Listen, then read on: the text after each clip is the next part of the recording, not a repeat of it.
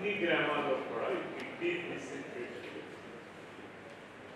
ఇర్రెస్పెక్ట్ of area. ఒకప్పుడు ఏంటంటే ఉదాహరణ ఇప్పుడు ఉదాహరణ కాదు, అన్ని గ్రామాలు అనుకున్నాను. ఫర్ ఎగ్జాంపుల్ నా దగ్గర కృష్ణాపురం, పురం, గాలపేట, పొందూరు 27 మంది కిడ్నీ పేషెంట్స్.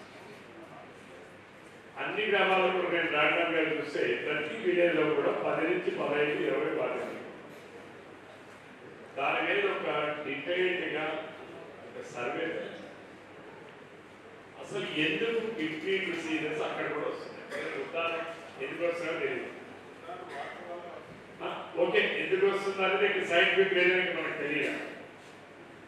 అసలు ఎందుకు వస్తుంది? ఒకప్పుడు నా నియోజకవర్గంలోనే పొందూరు మండలంలో భగవంత్ హాస్పిటల్ విలేజ్. అక్కడ ఏమవుతుందంటే యాత్రా కమ్యూనిటీ, యాదవ కమ్యూనిటీ పెరుగుతారు. ఆ రోజుల్లో వాళ్ళు కిడ్నీ పేషెంట్స్ 10 మంది చనిపోయారు. 10 మంది చనిపోయినటువంటి వాళ్ళు కూడా ఓన్లీ యాదవ కమ్యూనిటీ అండి. అందులో పిల్లలు లేదు, మహిళలు లేదు, ఓన్లీ మగవాళ్ళు. నేను అది వెరిఫై చేశాను, స్టడీ చేయించాను. వాళ్ళంతా పక్కనే ఎన్ఎస్సీ ఉంది, వాటర్ కంటామినేషన్ అయిపోయింది అని అంటే ఈవెన్ నేను సొంత డబ్బులు పెట్టి కూడా మన ఆంధ్ర సిటీలో ల్యాబ్ పంపించి 2 సార్లు టెస్ట్ చేయించాను. వాటర్ కంటామినేషన్స్ ఏం లేదు. నేను అనలైజ్ చేశాను. అన్ని చూసిన తర్వాత ఇక్కడ కళ్ళు తాగేవారు, వాళ్ళని కళ్ళు తీస్తారు, ఫ్రెష్గా వాళ్ళు తాగేస్తున్నారు.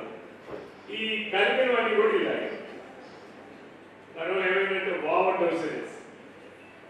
వాళ్ళందరూ కూడా నేను వెళ్ళేది వాళ్ళకి అవేర్నెస్ క్రియేట్ చేశాక, బట్ అది కంట్రోల్ చేశాక ఈరోజు ఆ విలేజ్లో కిడ్నీ ప్రాబ్లంతో ఉన్నటువంటి వాళ్ళు ఎవరు.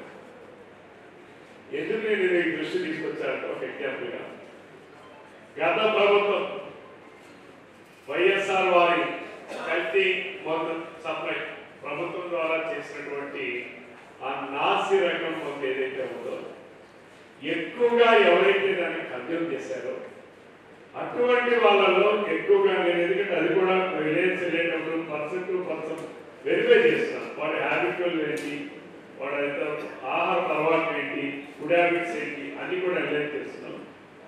ఎక్కువ మంది ఈ వైఎస్ఆర్ వారి కల్తీ మందులో నాశనకం మందు వల్ల ఎఫెక్ట్ అయినటువంటి చాలా ఉంది.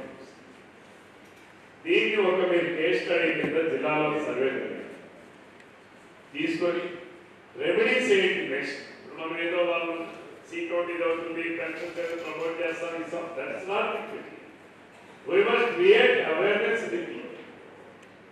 వ్యసనం వల్ల ఏ రకంగా కుటుంబాలు నాశనం అయిపోతున్నాయి, ఏ రకంగా వాళ్ళు దీనివల్ల ఇబ్బంది పడుతున్నారు, ఈ కిడ్నీ డిసీజ్కి గురయ్యారు అనేటటువంటిది మనం జనంలోకి తీసుకురావాల్సినటువంటి అవసరం ఉంది.